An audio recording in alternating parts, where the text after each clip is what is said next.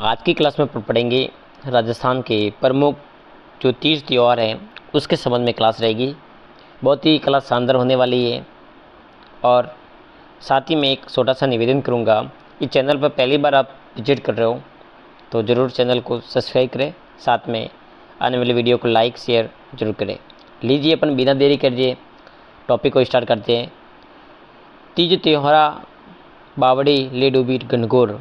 तीज त्योहारा बावड़ी ले डूबी गणगौर, त्योहारा का आगमन त्योहारा का समापन।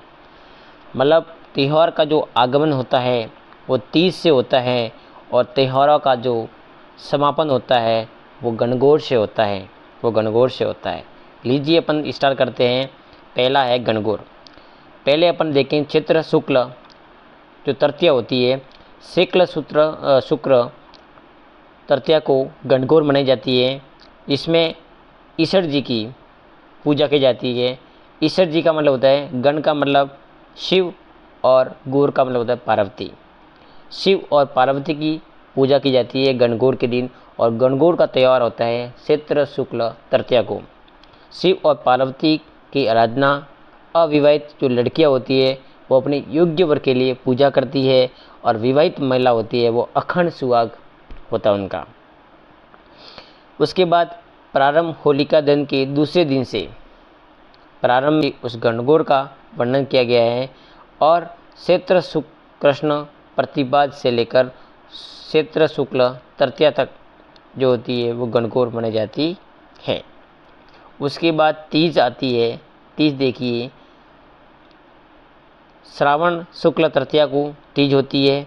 और तीज के दिन राजस्थान की जो स्त्रियां है, महिला है, सबसे महिलाओं का अगर सर्वाधिक प्रिय त्यौहार कहा जाए तो वो तीज होती है।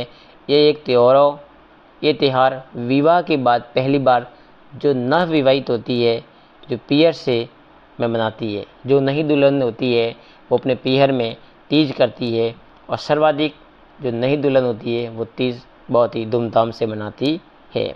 उसके बाद तीज के दिन झूला झूलती है और तीज सवारी होती है, वो जयपुर में की जाती है। उसके बाद देखिए, उसके बाद आती है कजली तीज। कजली तीज को हम बड़ी तीज भी कहते हैं, जिसे बूढ़ी तीज भी कहते हैं। कजली तीज को बड़ी तीज भी कहते हैं।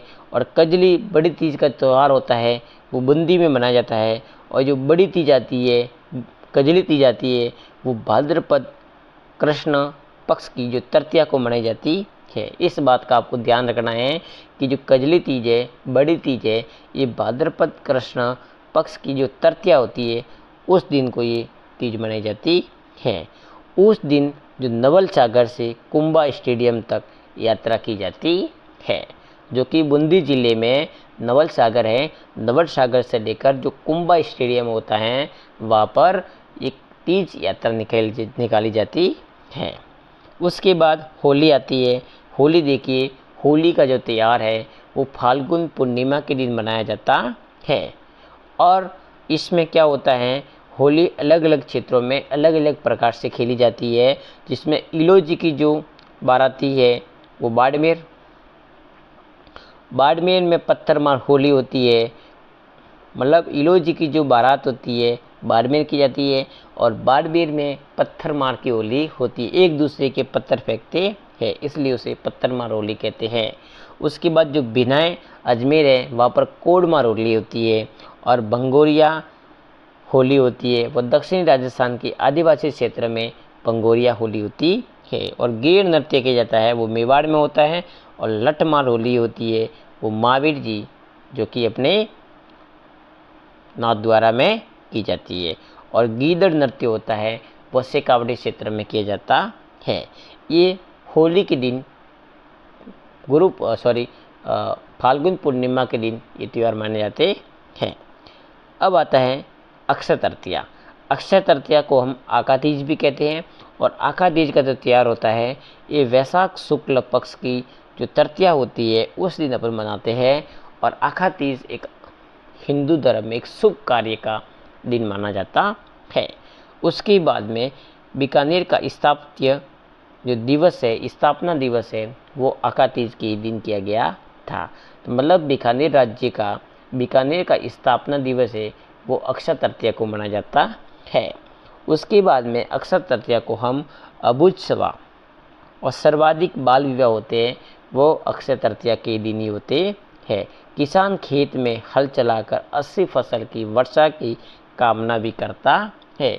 कोई भी शुभ काम में होता है वो आकाती से अपन कर सकते हैं।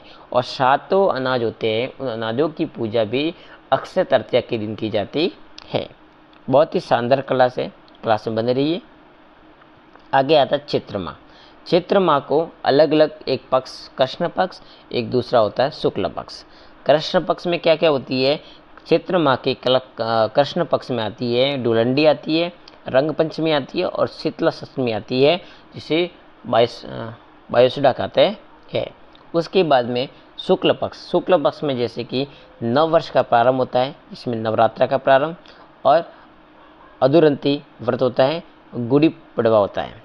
उसके बाद गणगौर होती है, दुर्गाष्टमी होती है, रामनवमी होती है और हनुमान जयंती होती है। ये तमाम जो त्यौहार होते हैं ये चैत्र माह के कृष्ण पक्ष और शुक्ल पक्ष में अलग अलग डिवाइड किए गए हैं। उसके बाद में वैशाख में देखिए, कृष्ण पक्ष में वैशाख में कोई भी त्यौहार आता नहीं है, लेकिन वैशाख के शुक्ल पक्ष में 2 त्यौहार आते हैं। एक तो आती है बुद्ध पूर्णिमा और एक आती है अखातीस। उसके बाद में देखिए जेठ माह में जो त्यौहार आते हैं कृष्ण पक्ष में शुक्ल पक्ष में देखिए, कृष्ण पक्ष में जेठ माह में त्यौहार एक आता है, उसे कहते हैं बड़ बावस, जिसे वट वृक्ष की पूजा की जाती है। और शुक्ल पक्ष में आता है वो है निर्जला एकादशी, जो कि निर्जला एकादशी शुक्ल पक्ष के 11 के दिन ये होती है। आषाढ़ महीने में देखिए, आषाढ़ महीने में कृष्ण पक्ष और शुक्ल पक्ष में देखिए क्या क्या होता है। कृष्ण पक्ष की जो 11 होती है उसी के दिन योगिनी एकादशी होती है, और जो आषाढ़ के शुक्ल पक्ष में एक तो होती है बंडलिया नवमी होती है, एक होती है देवदशमी होती है एकादशी, और एक होती है गुरु पूर्णिमा। ये प्रमुख जो 3 त्यौहार है ये आषाढ़ महीने के शुक्ल पक्ष में आते हैं। उसके बाद श्रावण महीने में देखिए, श्रावण महीने में कृष्ण पक्ष में अलग है और शुक्ल पक्ष में अलग है। कौन कौन से त्यौहार है देखिए, तो श्रावण महीने में अगर कृष्ण पक्ष में अपन देखें तो नाग पंचमी आती है, निद्रा नवमी आती है, अमावस्या होती है जिसे हरियाली अमावस अपन कहते हैं। उस दिन मेला भी कई कई स्थानों पर बढ़ता है।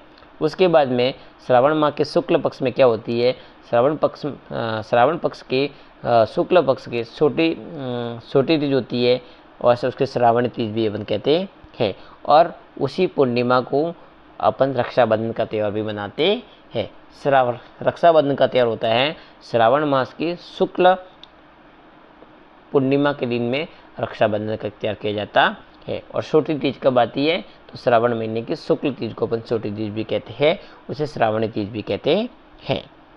आगे देखिए भाद्रपद माह आता है, तो भाद्रपद माह में जैसे कृष्ण पक्ष और शुक्ल पक्ष, तो कृष्ण पक्ष में कौन कौन से त्यौहार आते हैं भाद्रपद में, उसी में बड़ी तीज जिसे सातोड़ी तीज भी कहते हैं, बड़े तीज को अपन सातोड़ी तीज भी कहते हैं, उसके बाद उसे कजली तीज भी कहते हैं, जो कि मैंने आगे की क्लास में आपको बताया है। मतलब कृष्ण भाद्रपद महीने की जो कृष्ण पक्ष होता है उस कृष्ण पक्ष की तृतीया को बड़े तीज, सातोड़ी तीज या कजली तीज भी कहते हैं। उसके बाद में जो छठ आती है उस छठ को ऊब छठ या हल छठ भी कहते हैं। अष्टमी आती है, अष्टमी के दिन अपन भगवान श्री कृष्ण का त्यौहार मनाया जाता है जिसे जन्माष्टमी कहते हैं। और जन्माष्टमी का त्यौहार भाद्रपद महीने के शुक्ल अष्टमी के दिन मनाया जाता है, इस बात का ध्यान रखना आपको। और उसके बाद में जस्ट नम के दिन आती है उसे गोगा नवमी कहते हैं। उसके बाद बारस आती है उसे बग बारस के नाम से जाते हैं, और लास्ट में एक आती है उसमें कहते हैं सतीमा अमावस कहते हैं। ये तमाम जो भाद्रपद महीने के कृष्ण पक्ष में आने वाले त्यौहार हैं। भाद्रपद महीने के शुक्ल पक्ष में आने वाले त्यौहार कौन कौन से हैं, इसमें देवी बाबेरी की बीज आती है, बाबा की बीज आती है, उसे कहते हैं बाबेरी बीज, जो कि बाबा रामदेव का मेला पड़ता है उस दिन। उसके बाद सौत को जो आती है उसे अपन गणेश चतुर्थी कहते हैं या 17 सौत कहते हैं। उसके बाद में पंचम को आती है, शुक्ल पंचम को आती है, उसे कहते हैं ऋषि पंचमी कहते हैं। उसके बाद में नेक्स्ट अष्टम आती है उसे कहते हैं राधाष्टमी। उसके बाद दसम आती है उसे कहते हैं तेजा दशमी, और 11 को अपन जल जुलनी एकादशी भी कहते हैं। ये जो तमाम त्यौहार हैं ये भाद्रपद महीने के शुक्ल पक्ष और कृष्ण पक्ष में आने वाले त्यौहारों को अपन ने समझाया है।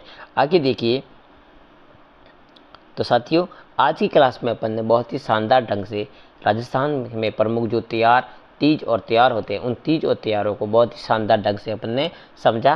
क्लास अच्छी लगे तो अधिक से अधिक अपने साथियों को ज़रूर शेयर करें। धन्यवाद। जय हिंद, जय भारत।